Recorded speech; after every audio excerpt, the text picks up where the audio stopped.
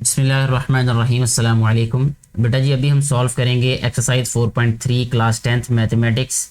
इस एक्सरसाइज में हमारे पास जो भी क्वेश्चंस होंगे उनको हमने रिजॉल्व करना है पार्शल फ्रैक्शंस में।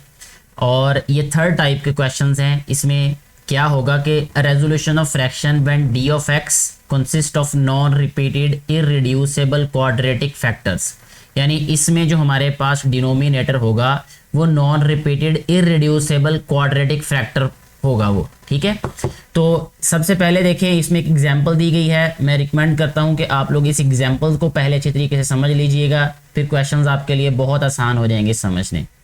ये हमें एक फ्रैक्शन दी गई है, इसको हमने सपोज किया है। ये हमारे पास क्योंकि लीनियर फैक्टर था, ये x-3, तो इसलिए हमने इसमें a की कांस्टेंट जो है उसको सपोज किया, यानी a/x-3। और यहाँ पे क्योंकि क्वाड्रेटिक ये वाला फैक्टर है x² + 9, और यही वाला जो फैक्टर है ये इररिड्यूसिबल है। इररिड्यूसिबल का मतलब बेटा ये होता है कि हम इसको सिंप्लीफाई नहीं कर सकते। जैसा कि हमने इससे प्रीवियस एक्सरसाइज में क्वेश्चंस किए, उसमें कुछ फैक्टर्स हमारे पास ऐसे थे जो रिड्यूसेबल थे। जैसा कि अगर यहाँ पे x² -9 होता तो ये रिड्यूसेबल होता। अब क्योंकि ये +9 है इसलिए ये इररिड्यूसेबल है। अगर -9 होता तो फिर हम इसको सॉल्व करते जिस तरह हमने 4.2 एक्सरसाइज या 4.1 एक्सरसाइज को क्वेश्चन सॉल्व किया। ठीक है, अब यहाँ पे इसको हमने फिर कांस्टेंट भी इसी तरीके से सपोज करना है कि bx + c। अब इसके बाद नेक्स्ट वही वाले स्टेप्स रिपीट होंगे कि एलसीएम से मल्टीप्लाई किया, उसके बाद यहाँ पे देखें सिंप्लीफाई किया कि हमारे पास a b c जो है ये कोफिशिएंट्स जो है वो कंपेयर हो सकें।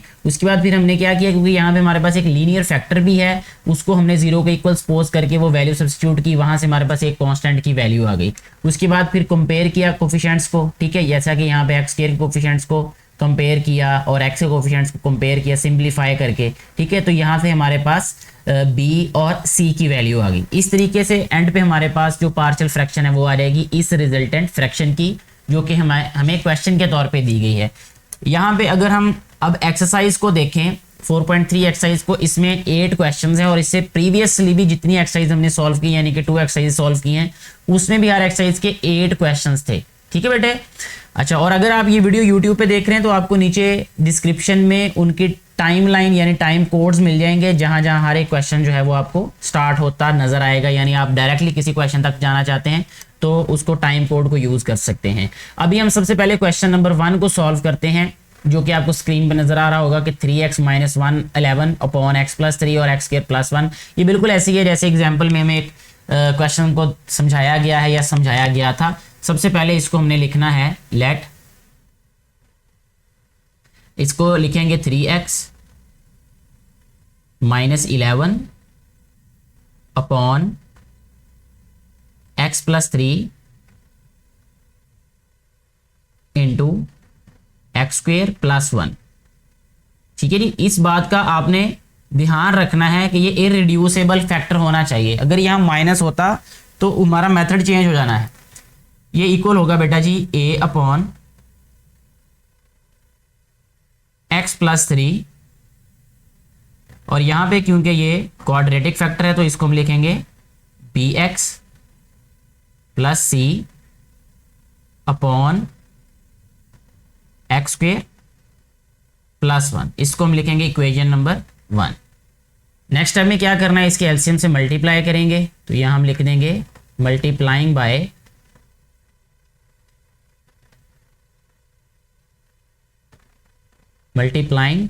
Bye x + 3 into x² + 1। जब इसे मल्टीप्लाई करेंगे तो हमारे पास आ जाएगा नेक्स्ट स्टेप में 3x - 11 = a इंटू, यहाँ पे क्योंकि x + 3 कैंसिल हो रहा है तो हमारे पास यहाँ रह जाएगा x² + 1 प्लस ये हमारे पास न्यूमरेटर में क्योंकि bx + c है इसको ऐसे लिखेंगे, और इससे मल्टीप्लाई होगा x + 3 क्योंकि x² + 1 जो है वो कैंसिल हो जाएगा। ठीक है, इसको हम लिख लेते हैं इक्वेशन नंबर 2। ठीक है जी। अच्छा जी, अब नेक्स्ट स्टेप में देखें, हम इसको सिंप्लीफाई करते हैं यानी कोफिशिएंट्स को कंपेयर करने के लिए। उसके लिए हम इसको ऐसे लिखेंगे लेफ्ट हैंड साइड को 3x - 11 इज इक्वल टू ये आ जाएगा ए x square plus a plus ये बी एक्स एक्स से मल्टीप्लाई होगा तो इसको हम लिखेंगे बी एक्स स्क्वेयर पहले, ठीक है जी। फिर आ जाएगा बेटा प्लस 3bx, फिर ये सी एक्स आ जाएगा प्लस, फिर आ जाएगा प्लस 3c। नेक्स्ट स्टेप में इसको लिखेंगे हम 3x minus 11 is equal to x square वाले पहले लिखेंगे a x square plus b x square, ठीक है। उसके बाद x वाली वैल्यूज को राइट कर लेते हैं जो कि है plus 3bx plus c x. इसके बाद कांस्टेंट टर्म्स जो हैं वो है plus a and plus 3c, ठीक है जी। अच्छा जी, अब चाहें तो हम इसमें से कॉमन भी ले सकते हैं, ठीक है। कैसे? यहाँ पे हम लिखेंगे इसको 3x minus 11 is equal to, यहाँ से एक्स स्क्वायर कॉमन लिया हमने तो ये आ जाएगा हमारे पास a प्लस बी, और इसी तरह फिर यहाँ पे हमने लेना है प्लस x को कॉमन और ये आ जाएगा हमारे पास 3b प्लस c। ये कॉन्स्टेंट्स हैं तो इनको ऐसे ही राइट कर देंगे हम प्लस a प्लस 3c। मुझे उम्मीद है कि आपको अच्छे तरीके से ये बात समझ आ रही होगी और ये इसकी सिंपलेस्ट जो फॉर्म है ना वो मैं आपको बता रहा हूँ।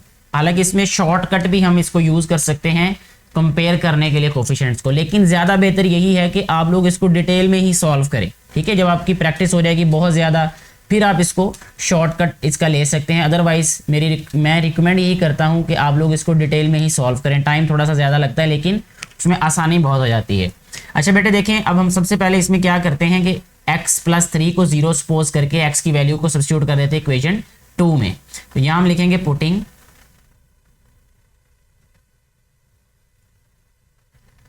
x is equal to -3 in equation 2। Equation 2 में पुट करेंगे जी अब हम -3, सॉरी इक्वेशन 2 में -3 पुट करेंगे तो हमारे पास ये आ जाएगा 3 इंटू -3 -11 इज इक्वल टू, यहाँ देखें -3 इसमें सब्स्टिट्यूट करेंगे तो ये सारी वैल्यू 0 हो जाएगी, सिर्फ a की वैल्यू हमारे पास यहाँ से आ जाएगी। कैसे कि जब हम इसमें सब्स्टिट्यूट करेंगे -3, ये -3 स्क्वायर हो जाएगा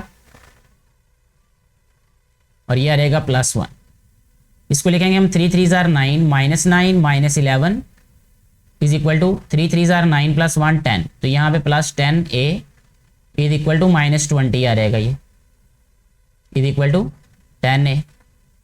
यहाँ से हमारे पास a की वैल्यू क्या आ जाएगी वो लिख देंगे हम यहाँ पे, वो आएगी -2, ठीक है। a इज इक्वल टू -2 क्या आ जाएगा, ठीक हो गया जी। अच्छा इसके बाद देखें नेक्स्ट, अब हमें चाहिए वैल्यू b और c की। उसके लिए हमारे पास कोई भी लीनियर फैक्टर नहीं है तो हमें कंपैरिजन करना पड़ेगा, ठीक है, कोफिशिएंट्स को। उसके लिए हम ये वाली इक्वेशन यूज़ करेंगे। अगर चाहें तो मैं इसको इक्वेशन 3 लिख देता हूँ ताकि आपको और आसानी हो रही है समझने में कि मैं इक्वेशन 3 में जो एक्स स्क्वायर और एक्स के कोफिशिएंट्स को कंपेयर कर रहा हूँ अब, ठीक है। तो यहाँ लिख देते हैं हम comparing coefficients, comparing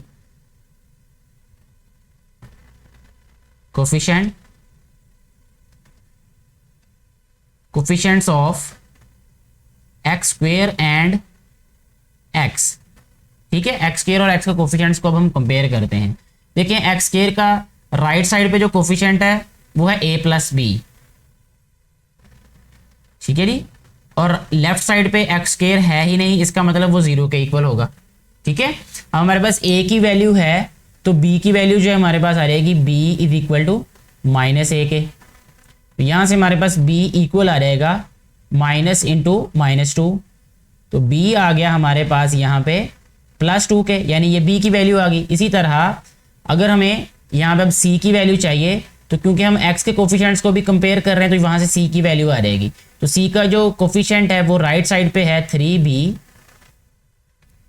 plus c is equal to, left hand side पे x का कोफिशिएंट है 3, यहाँ पे हम लिख देते हैं 3। c की वैल्यू चाहिए तो c इक्वल आ जाएगा 3 - 3b के, ये आ जाएगा। नेक्स्ट टाइम में c is equal to 3 minus 3 और b की वैल्यू क्या है 2। नेक्स्ट आ जाएगा c is equal to 3 minus 3 2 जार 6 आ जाएगा। तो जब हम 3 में से 6 माइनस करेंगे तो -3 आंसर आ जाएगा। ऐसे हमारे पास a b और c की वैल्यूज आ चुकी हैं। अब हमने a b और c की वैल्यूज को इक्वेशन 1 में पुट कर देना है, ठीक है। वो यहां पे मेंशन करेंगे हम पहले, putting values of a b and c in equation 1। Equation 1 में पुट करेंगे अब हम a b और c की वैल्यूज। यहाँ पे हमारे पास जो इक्वेशन है, यानी पहले लेफ्ट साइड पे हम रिजल्टेंट फ्रैक्शन लिखते हैं जो कि है 3x minus 11 upon x plus 3 into x square plus 1, ठीक है। और इसकी जो पार्शियल फ्रैक्शन है, यानी इसको अगर हम पार्शियल फ्रैक्शन में राइट करें तो वो आएगा -2 अपॉन, क्योंकि a की वैल्यू -2 है तो -2 अपॉन एक्स प्लस 3 प्लस, क्योंकि bx प्लस c है तो हम b की वैल्यू राइट करेंगे जो कि है 2, तो यह आ जाएगा 2x प्लस c है तो यहाँ पे आ जाएगा -3, क्योंकि प्लस और माइनस माइनस हो जाएगा। 2x minus 3 upon X square plus 1। ऐसे हमारा ये जो क्वेश्चन नंबर 1 है ये सॉल्व हो जाएगा। नेक्स्ट हमारे पास क्वेश्चन नंबर 2 जो है उसको सॉल्व करेंगे। अभी हम सबसे पहले इसको सपोज करेंगे कि let 3x plus 7 upon X square plus 1 and x plus 3। अभी देखें इसमें जो क्वाड्रेटिक फैक्टर है वो पहले लिखा गया है और लीनियर फैक्टर बाद में लिखा गया है। तो जो हमारे पास क्वाड्रेटिक फैक्टर है उसको हम इस तरह सपोज करेंगे कि वो आएगा हमारे पास ax प्लस b, ठीक है जी। और अब आ जाएगा हमारे पास डिनोमिनेटर में एक्स स्क्वायर प्लस 1 प्लस, अब ये आ जाएगा हमारे पास c अपॉन एक्स प्लस 3। इसको लिखेंगे हम इक्वेशन 1। इसके बाद हमने क्या करना है, इसके एलसीएम से मल्टीप्लाई कर देंगे दोनों साइड्स को, तो ये आ जाएगा मल्टीप्लाइंग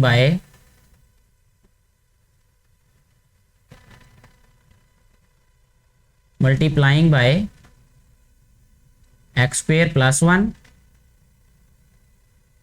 एंड एक्स प्लस 3। अच्छा जी, ये आ जाएगा हमारे पास नेक्स्ट स्टेप में 3x plus 7 is equal to, इसको लिखेंगे हम ax plus b into x plus 3 plus c into x square plus 1। इसको लिखेंगे हम इक्वेशन 2। नेक्स्ट स्टेप में इसको मजीद हमने सिंप्लीफाई करना है क्योंकि कोफिशिएंट्स को कंपेयर करना पड़ता है हमें, तो उसके लिए हम इसको लिखेंगे 3x plus 7 is equal to, पहले ax को इन दोनों टर्म से मल्टीप्लाई करेंगे तो ये आ जाएगा हमारे पास ax square plus 3ax plus bx plus 3b plus cx square plus c, ठीक है जी। अच्छा जी, अब इसको लिखेंगे हम नेक्स्ट स्टेप में 3x plus 7 is equal to, यहाँ से कॉमन ले लेते हैं हम एक्स स्क्वेयर, तो इसके जो कोफिशिएंट्स हैं वो हैं a और यहाँ पे है c, यह रहेगा a प्लस c। इसी तरह प्लस x कॉमन लेंगे अब, तो यह रहेगा हमारे पास 3a प्लस b। इसी तरह नेक्स्ट हमने कांस्टेंट टर्म्स लिख देनी यहाँ पे, प्लस 3b प्लस c आ जाएगा, ठीक है जी। अच्छा जी, अब देखिए बेटा नेक्स्ट स्टेप में हमने क्या करना है, क्योंकि हमारे पास एक यहाँ पे लीनियर फैक्टर भी है तो x प्लस 3 इसको पुट करेंगे हम 0, यानी यहाँ से हम x की वैल्यू फाइंड करके पुट कर सकते हैं इक्वेशन नंबर 2 में। यहाँ लिखेंगे putting x is equal to -3 in equation 2। Equation 2 में पुट कर देते हैं अब हम वैल्यू एक्स की। तो वो आ जाएगी लेफ्ट हैंड साइड पे हमारे पास आ जाएगा 3 times -3 + 7 is equal to A X. यहाँ पे देखें ये हमारे पास x की वैल्यू जब -3 पुट करेंगे तो ये सारी वैल्यू सारी टर्म जीरो हो जाएगी, सिर्फ c की वैल्यू हमारे पास आ रहेगी यहाँ पे। तो ये आ रहेगा c इंटू एक्स स्क्र मीन -3 स्क्वेयर +1, यह रहेगा 3 3 जार 9 -9 + 7 इज इक्वल टू 3 3 जार 9 + 1 10 c आ रहेगा ये, ठीक है। और ये आ रहेगा हमारे पास -2 इज इक्वल टू, इसको मैं -2/10 लिख देता हूँ, एक स्टेप शॉर्ट कर देता हूँ, ठीक है। -2/10 आया तो नेक्स्ट स्टेप में आ जाएगा ये -1/5 इज इक्वल टू c। अब यहाँ पे हमारे पास c की वैल्यू आ चुकी है। इसी तरह हमें a और b की वैल्यूज भी चाहिए। उसके लिए अब हम क्या करेंगे कि कोफिशिएंट्स को कंपेयर कर देंगे। कौन कौन से कोफिशिएंट को कंपेयर करना पड़ेगा, देखिए यहाँ पे एक्स स्क्वायर का कोफिशिएंट और x का कोफिशिएंट, इनको हम कंपेयर कर देंगे, ठीक है जी। ये कांस्टेंट टर्म्स को भी हम कंपेयर कर सकते हैं, इसमें भी कोई हर्ज नहीं है मेरा बेटा। ये देखें ये 3b + c है, यहाँ पे कांस्टेंट 7 है, तो इनको भी हम कंपेयर कर सकते हैं। यहाँ से हमें b की वैल्यू मिल जाएगी, यहाँ से भी मिल जाएगी हमें b की वैल्यू x के कोफिशिएंट को कंपेयर करने से। तो ये आपकी मर्जी है, आप किसी को भी कंपेयर कर लें। यहाँ हम लिखते हैं अभी comparing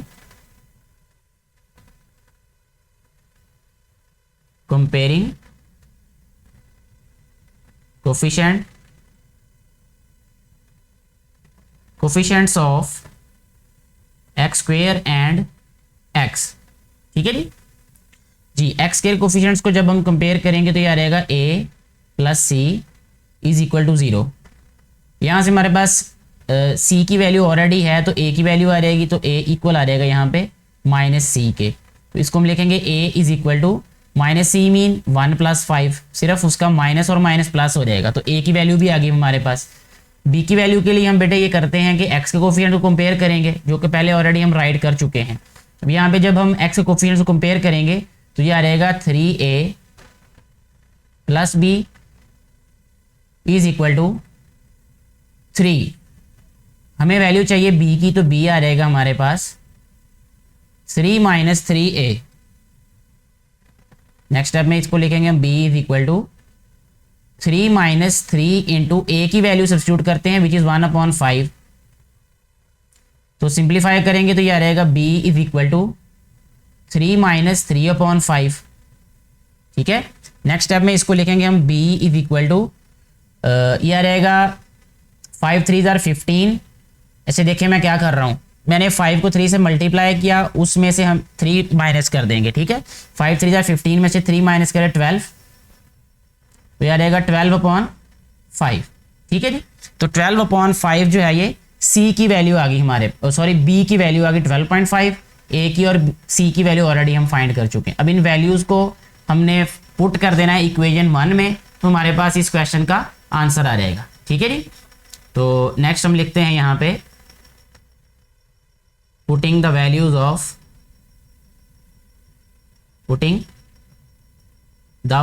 of a b and c in equation 1। Equation 1 में पुट करते हैं तो हमारे पास आंसर आ रहेगा। इसको लिखेंगे हम कैसे, ये आ रहेगा हमारे पास 3x + 7 upon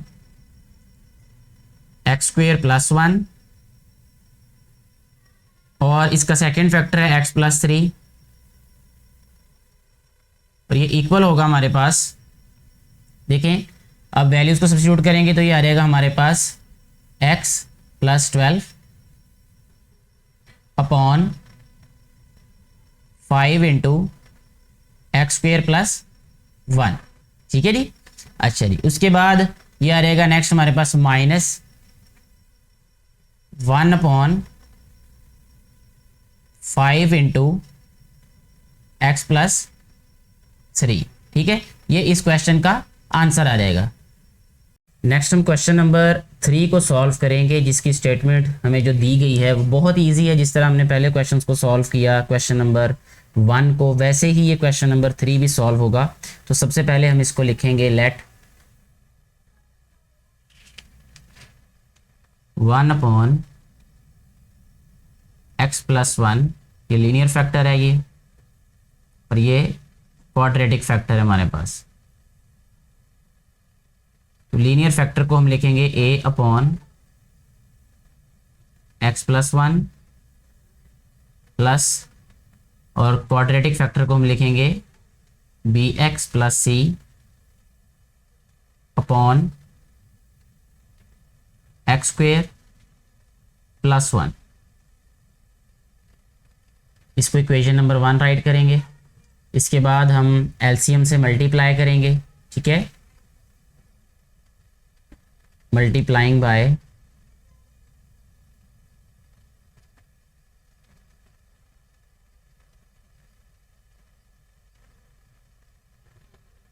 x plus 1 and x square plus 1। जब इससे मल्टीप्लाई करेंगे तो ये आ जाएगा हमारे पास 1 is equal to a into x square plus 1 plus b x plus c into x plus 1। इसको हम राइट करेंगे इक्वेशन नंबर 2। मज़ीद इसको सिंप्लीफाई करेंगे, ये आ जाएगा हमारे पास a x square plus a plus b x square plus b x plus c x plus c, ठीक है जी। अब इसके बाद जो है वो हम सब्स्टिट्यूट करेंगे, यहाँ लिखेंगे putting x is equal to -1 in equation 2, जिसको हमने इक्वेशन 2 का नेम दिया है, उसमें हम -1 पुट करेंगे x की वैल्यू। तो ये जो हमारे पास bx प्लस सी वैल्यू ये 0 हो जाएगी, सिर्फ a की वैल्यू यहाँ से हमें मिल जाएगी। तो उसको हम लिखेंगे a इंटू एक्स स्क्वेयर है, तो इसका मतलब 1 का स्क्वेयर 1 प्लस 1। मैं शॉर्ट कर रहा हूँ इसको थोड़ा सा, 1 इक्वल आ जाएगा 2a के, और 1/2 आ जाएगी वैल्यू a की, ठीक है जी। इसके बाद नेक्स्ट स्टेप में हमने यहाँ लिखना है कंपेयरिंग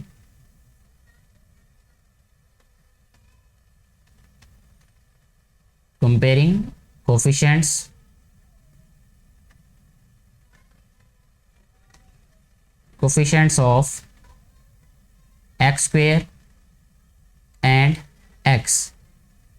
उससे हमें b और c की वैल्यू मिल जाएगी। एक्स स्क्वेयर के कोफिशिएंट्स को जब कंपेयर करेंगे तो ये आ जाएगा हमारे पास a plus b is equal to 0, a plus b is equal to 0। यहाँ से हमारे पास b की वैल्यू आ जाएगी, यानी b इक्वल आ जाएगा हमारे पास -a के, तो ये आ जाएगा finally b is equal to -1/2 के। अच्छा, इसके बाद नेक्स्ट जो है वो हमने x के कोफिशिएंट्स को कंपेयर करना है, तो यहाँ पे हमारे पास x ये और x ये, तो ये आ जाएगा b plus c is equal to, यहाँ लेफ्ट साइड पे x वैल्यू है नहीं इसलिए हम यहाँ पे लिखेंगे 0। तो इस तरह हमारे पास आ जाएगी c की वैल्यू जो कि होगी -b के इक्वल। तो c जो है वो आ जाएगा हमारे पास 1/2 के। यहाँ हमारे पास a b c तीनों वैल्यूज़ आ गई, यानी हमारे पास जो a की वैल्यू है 1/2 है, b की वैल्यू जो है वो -1/2 है, c की वैल्यू जो है वो हमारे पास +1/2 है। अब हम क्या करेंगे, इक्वेशन जो 1 है इसमें वैल्यूज़ को पुट करेंगे तो हमारे पास वो आंसर आ जाएगा। अब मैं यहीं पे सब्स्टिट्यूट कर देता हूँ इन वैल्यूज़ को, ताकि और आसान हो जाए आपके लिए क्वेश्चन को समझना। यानी ये मैं इसकी लेफ्ट हैंड साइड नहीं लिख रहा, जस्ट इसकी पार्शियल फ्रैक्शन वाली जो साइड है उसमें वैल्यूज़ को सब्स्टिट्यूट करूँगा। अब a की वैल्यू हमारे पास है 1/2, तो इसको हम लिखेंगे 1/2 टाइम्स x प्लस 1, ठीक है जी।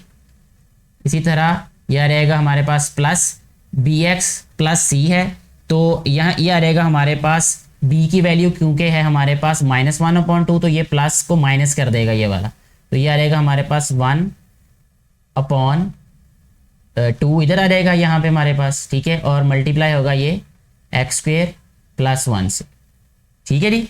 अच्छा, इसी तरह अब हमारे पास ये जो bx प्लस c है, ठीक है, तो 1 हमारे पास आ जाएगा x, यानी x का कोफिशिएंट 1 लिखने की जरूरत नहीं थी। अब c की वैल्यू हमारे पास क्या है, c की वैल्यू हमारे पास 1/2, ठीक है, तो यहाँ हम लिखेंगे इसको यहाँ बेटे मैं लिखने से पहले आपको थोड़ा सा इसको एक्सप्लेन कर देता हूँ ताकि आप लोगों को ज़्यादा बेहतर समझ आ जाए। ये बी एक्स प्लस सी है, इसको हम अलहदा से यहाँ पे सॉल्व कर लेते हैं पहले। बी एक्स प्लस सी, बी की वैल्यू क्योंकि हमारे पास है -1/2, तो ये आ जाएगा -1/2x प्लस सी की वैल्यू हमारे पास है 1/2। एलसीएम लिया इसका 2 आया, तो ये आ जाएगा -x+1, यानी -x+1/2। अब जो 2 है ये हमारे पास ऑलरेडी यहाँ डिनोमिनेटर के साथ हमने लिख दिया था, ठीक है। तो यहाँ पे हमारे पास आ जाएगा -x और ये आ जाएगा +1, ठीक है। जब -x+1 लिखेंगे अपॉन 2, तो ये 2 वही है जो हमारे पास यहाँ पे डिनोमिनेटर में आया है इसके। तो ये हमारे पास जो है ये इसकी पार्शियल फ्रैक्शन होगी, ये जो रिजल्टेंट फ्रैक्शन है हमारे पास ये इसकी, ठीक है। या जो क्वेश्चन में दी गई है फ्रैक्शन वो भी हमारे पास रिजल्टेंट फ्रैक्शन है। इस तरीके से हमारा ये जो क्वेश्चन नंबर 3 है ये कंप्लीटली सॉल्व हो जाता है। नेक्स्ट हम सॉल्व करेंगे क्वेश्चन नंबर 4। इसमें सबसे पहले हम क्या करेंगे, इसको सपोज कर लेंगे कि ये हमारे पास है let 9x -7 upon x+3 which is a linear factor, and the next one is quadratic factor which is x²+1. Now we will write these factors as a upon x+3, and the next factor which is a quadratic factor we'll write it as bx plus c upon x²+1. This will be our equation number 1. In the next step, we'll multiply both the sides with the LCM of these fractions. The LCM will be, we'll write here multiplying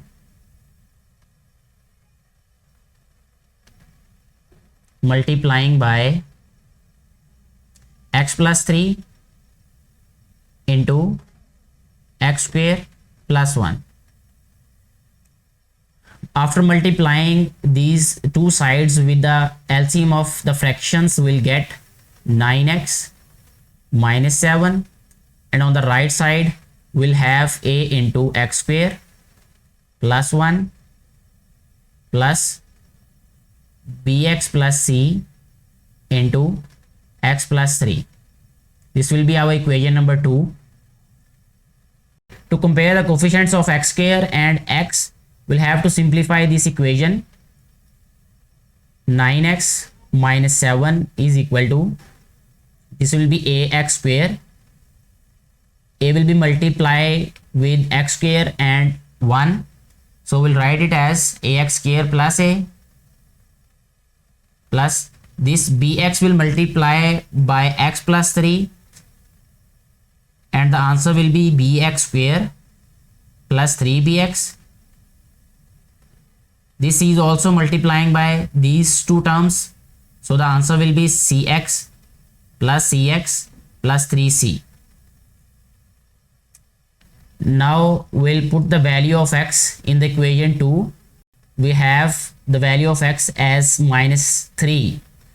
When we'll write x+3 is equal to 0, we'll get the value of x as -3. Here we'll write putting the value of we can also write it as putting x is equal to -3 in equation 2. When we'll substitute the value of x in equation 2, this whole term will be 0, and only will get the value of a. On the left side, x will be substituted with -3, and we'll write it as 9 into -3 -7, and on the right side this will be written as a into x² mean -3 square, which will be 9, positive 9 plus 1. 9 multiplied by -3 will be -27, and 7 will be subtracted from this, and on the right side we'll have 10a. On the left side, -27 -7 mean -34, which will be equal to 10a. This 10 will be divided on the left side, so a will be equal to -34 upon 10, because we can cancel these two terms, these two numbers by 2. 2 17s are 34, and this minus will be written as it is with 17, and 10 will be cancelled with 2, and the answer will be 5. So we'll have the answer of A as minus 17 upon 5. To find the values of B and C, we'll compare the coefficients of x square and x. So here we'll write comparing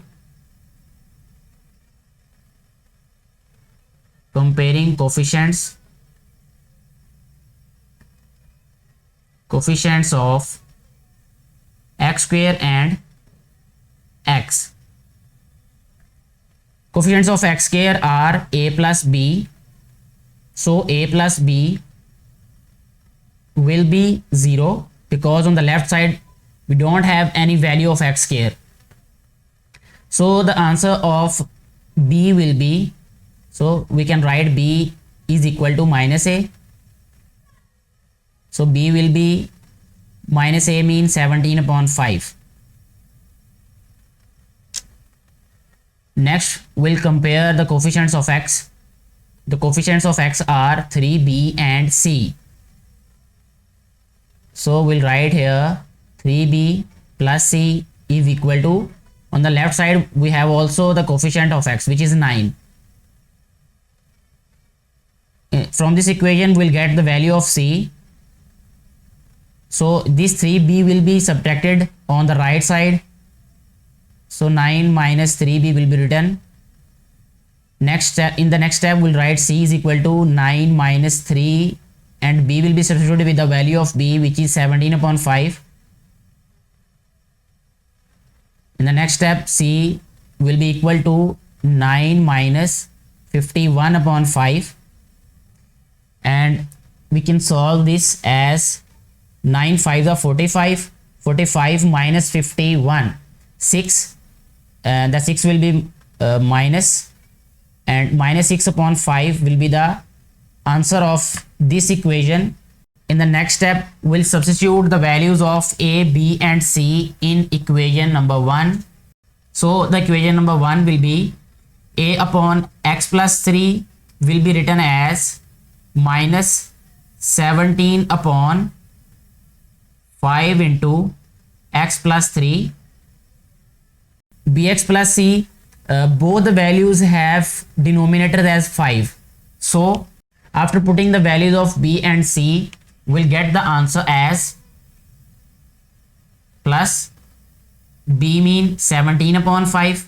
So 17 minus 6, 17x. Yeah, here we'll write 17x minus 6 upon 5 into x square plus 1.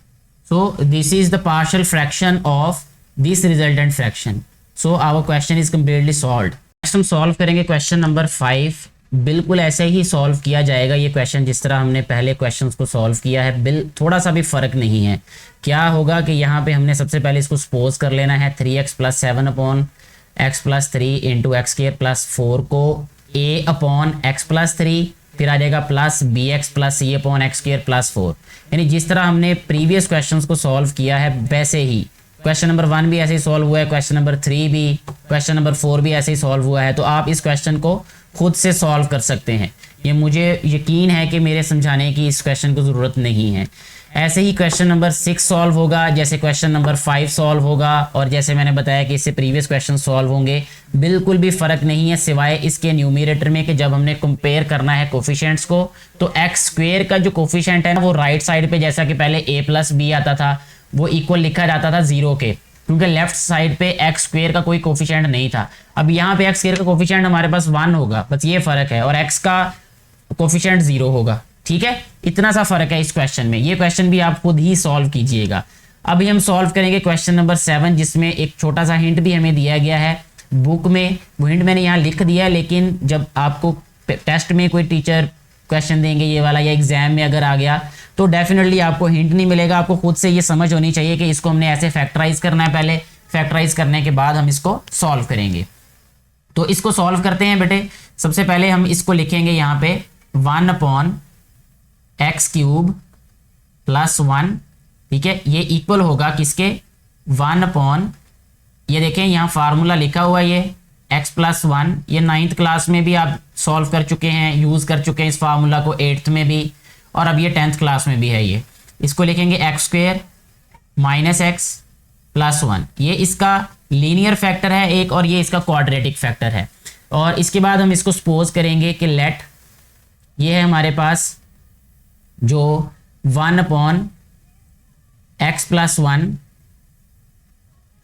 Into x² - x + 1, ठीक है, इसको हम लिखेंगे equal a/x + 1, क्योंकि ये linear factor है तो इसको ये x + 1 आ रहेगा, plus bx + c upon x² - x and +1, इसको इक्वेशन नंबर 1 लिख देंगे। बाकी सारा क्वेश्चन वैसे ही सॉल्व होगा जैसे हम पहले क्वेश्चंस को सॉल्व कर चुके हैं। सेकंड स्टेप में हमने क्या करना है, इसके एलसीएम से मल्टीप्लाई कर देना है। तो इसका एलसीएम जो है, यहाँ पे मैं वो लाइन नहीं लिख रहा, वो खुद लिख लीजिएगा। एलसीएम इसका जो है वो है x + 1 into x² - x + 1, left side पे हमारे पास 1 आ रहेगा, तो a इंटू x² - x + 1 आएगा, और ये आ रहेगा हमारे पास plus bx + c into x + 1, इसको इक्वेशन 2 लिख देते हैं हम। अच्छा जी, अब देखिए नेक्स्ट स्टेप में इसको मजीद सिंप्लीफाई करेंगे तो ये आ रहेगा 1 = ax² - ax + a प्लस ये आ रहेगा bx² + bx, और ये आ रहेगा प्लस cx + c, ठीक है जी।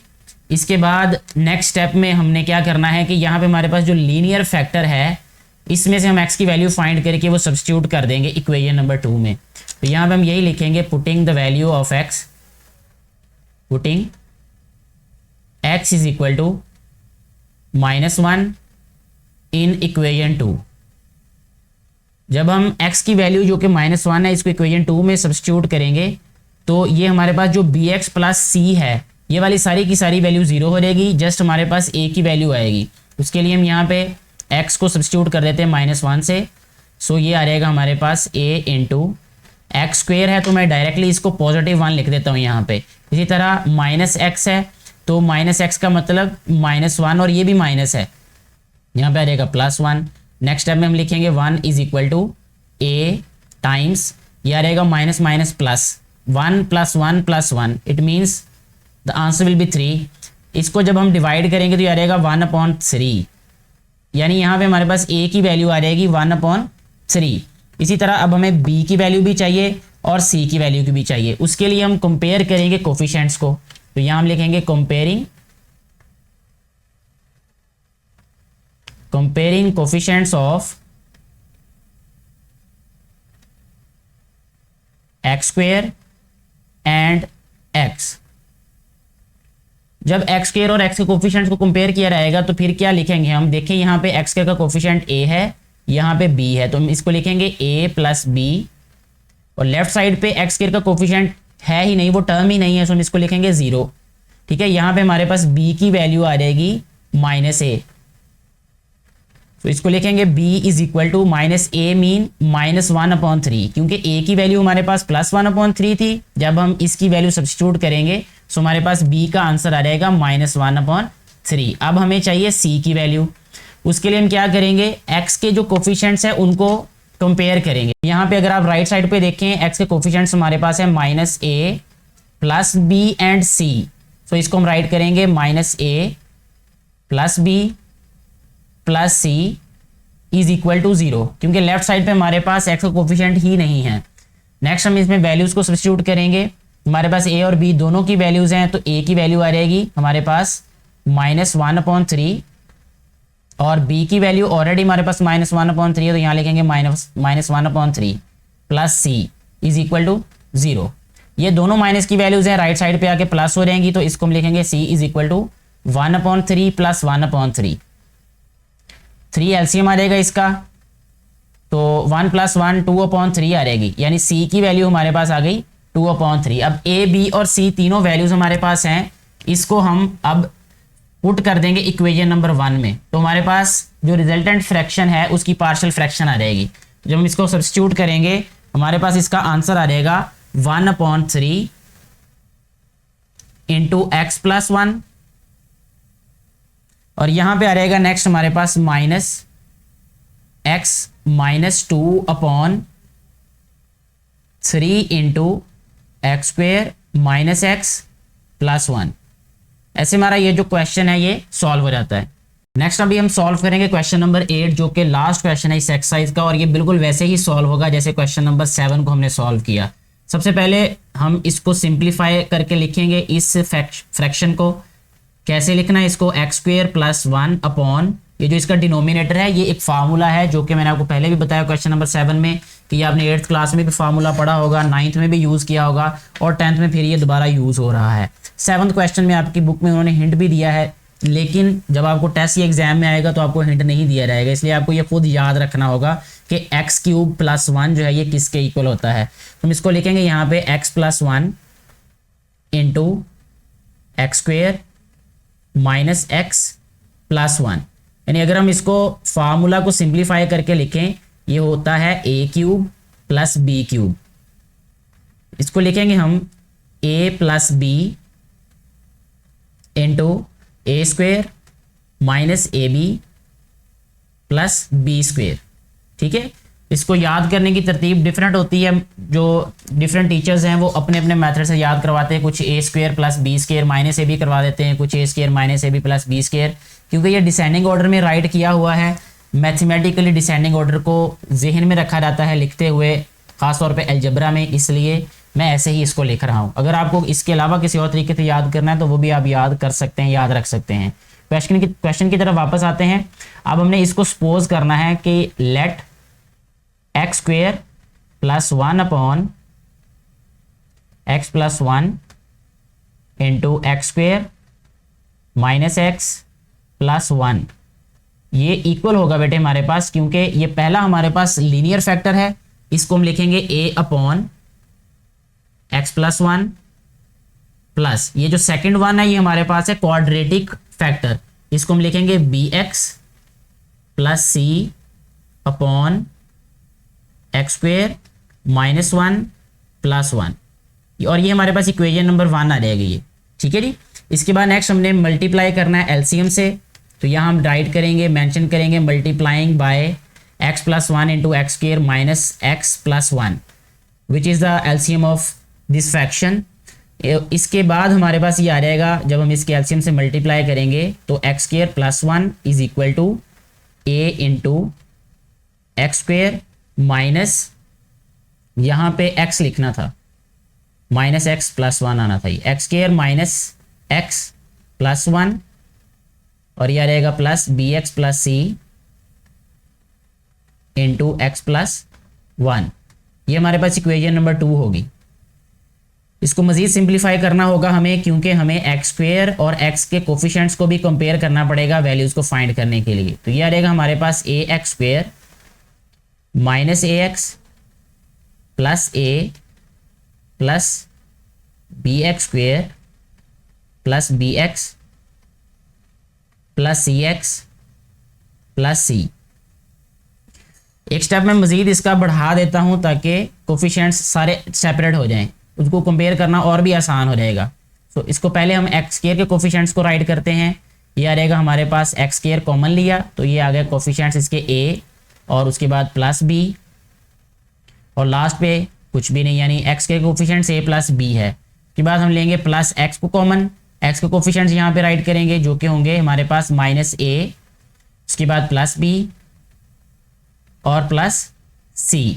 ठीक है, इसी तरह कांस्टेंट टर्म्स राइट करेंगे अब हम, जो कि होंगी हमारे पास plus a and plus c। Next step में हमने क्या करना है कि x की वैल्यू को सब्स्टिट्यूट करना है, क्योंकि हमारे पास एक लीनियर फैक्टर भी है, तो लीनियर फैक्टर से हम x की वैल्यू फाइंड करके इस इक्वेशन में सब्स्टिट्यूट कर सकते हैं। यहां लिखेंगे हम putting the value of x value of x is equal to -1 in equation 2। इसको और भी आप अपने तरीके से भी लिख सकते हैं, putting x is equal to -1, जैसा हम इससे पहले क्वेश्चन में लिखते आए हैं, तो इससे फर्क नहीं पड़ेगा क्वेश्चन पे कोई भी। इन इक्वेशन 2 जब हम इक्वेशन 2 में -1 सब्स्टिट्यूट करेंगे तो अगर आप देखें ये हमारे पास जो bx प्लस सी वाली टर्म है ये सारी की सारी जीरो हो जाएगी, जस्ट हमारे पास ये a वाली टर्म बच जाएगी। सो लेफ्ट साइड पे हम एक्स स्क्वेयर मीन -1 स्क्वेयर जो कि पॉजिटिव 1 आएगा, एक स्टेप में और शॉर्ट कर रहा हूँ यहाँ पे, तो आ जाएगा 1 + 1। अब राइट साइड पे देखें ये आ जाएगा a इंटू ये एक्स स्क्वेयर है, एक्स स्क्वेयर मीन -1 स्क्वेयर जो कि पॉजिटिव 1 होगा। इसी तरह -x है, x का मतलब -1, तो माइनस माइनस +1 हो जाएगा, यहाँ मैं +1 लिख रहा हूँ, फिर +1 आ जाएगा। ये प्रीवियस क्वेश्चन में भी हम ऐसे ही सॉल्व कर चुके हैं इसको। ये लेफ्ट साइड पे 2 आ जाएगा, राइट साइड पे 3a आ जाएगा। 3 इधर आके डिवाइड होगा तो हमारे पास आ जाएगा 2/3a का आंसर। ये हमारे पास अभी a की वैल्यू आ चुकी है। अब b और c की वैल्यूज फाइंड करने के लिए हमें कंपेयर करना पड़ेगा कोफिशिएंट्स को, किन कोफिशिएंट्स को, एक्स स्क्वेयर और x के कोफिशिएंट्स को, ठीक है जी। अब यहां पे हम लिखेंगे कंपेयरिंग, मैं अब जस्ट यहां पे लिखूंगा कंपेयरिंग कोफिशिएंट्स।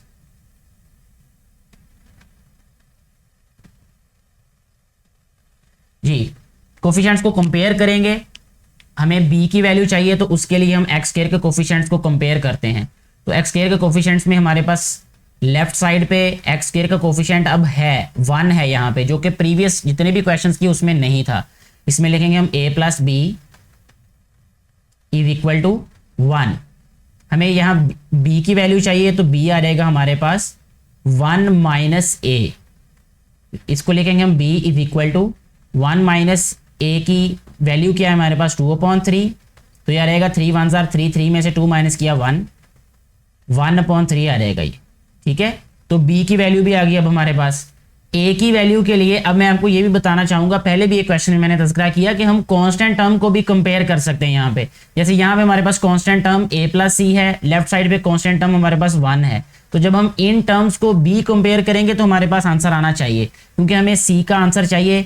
यहाँ पे हमारे पास 3 कॉन्स्टेंट्स हैं a, b और c, मुझे 2 वैल्यू सब्स्टिट्यूट करनी पड़ेंगी, लेकिन अगर हम कॉन्स्टेंट्स को कंपेयर करते तो मुझे सिर्फ एक वैल्यू सब्स्टिट्यूट करनी पड़ेगी, इसलिए मैं आसान रास्ते की तरफ जाऊंगा यहाँ पे, ठीक है। तो यहाँ लिखूंगा हम यहाँ मैं लिखूंगा अभी a + c is equal to +1। तो c की वैल्यू चाहिए, c आ जाएगा 1 - a, ठीक है। 1 - a का मतलब अगर आप गौर करें तो बिल्कुल वही वैल्यू नहीं आएगी हमारे पास जो b की आ रही है। सो c को मैं डायरेक्टली लिखता हूँ 1/3, ठीक है। c की वैल्यू भी वही आई, b की वैल्यू भी वही आई, और a की वैल्यू जो है वो बेटे हमारे पास आई 2/3। अब इन सारी की सारी वैल्यूज को हमने इक्वेशन नंबर 1 में पुट करेंगे तो हमारे पास जो रिजल्टेंट फ्रैक्शन है that will be changed into partial fraction. So the answer will be written as a/x + 1। a की वैल्यू सब्स्टिट्यूट करेंगे तो यह रहेगा हमारे पास 2/3 इंटू x + 1, और जब हम bx + c इन वैल्यूज को सब्स्टिट्यूट करेंगे तो ये आ रहेगा हमारे पास प्लस b की वैल्यू है 1/3 और c की वैल्यू है 1/3, तो यहाँ पे जस्ट हमारे पास आ रहेगा x + 1/3 into x square minus x + 1। ये हमारे पास इस क्वेश्चन का आंसर है। इस तरह हमारा ये क्वेश्चन भी सॉल्व हो जाता है और साथ ही हमारी एक्सरसाइज भी कंप्लीट हो जाती है। मुझे उम्मीद है कि आपको सारे क्वेश्चन अच्छे तरीके से समझ आ चुके होंगे, ये मेथड अच्छे तरीके से समझ आ चुका होगा। किसी भी तरह की कोई कन्फ्यूजन हो तो आप नीचे कमेंट करके अपना क्वेश्चन जो है वो पूछ सकते हैं। मैं कोशिश करूंगा कि एज सुन एज पॉसिबल आपके क्वेश्चन को आंसर किया जा सके और आपको सेटिस्फाई किया जा सके। वीडियो के बारे में अपनी राय ज़रूर दीजिएगा नीचे कमेंट करके, ताकि आने वाली जो वीडियो है उसको मज़ीद बेहतर बनाया जा सके। और वीडियो अगर अच्छी लगी हो तो ज़्यादा से ज़्यादा शेयर कीजिएगा, ताकि ज़्यादा से ज़्यादा बेटे और बेटियों तक ये वीडियो पहुँच सके और उनको भी इससे फ़ायदा हो सके, जो कि इस वीडियो को बनाने का बुनियादी मकसद है। Thank you very much.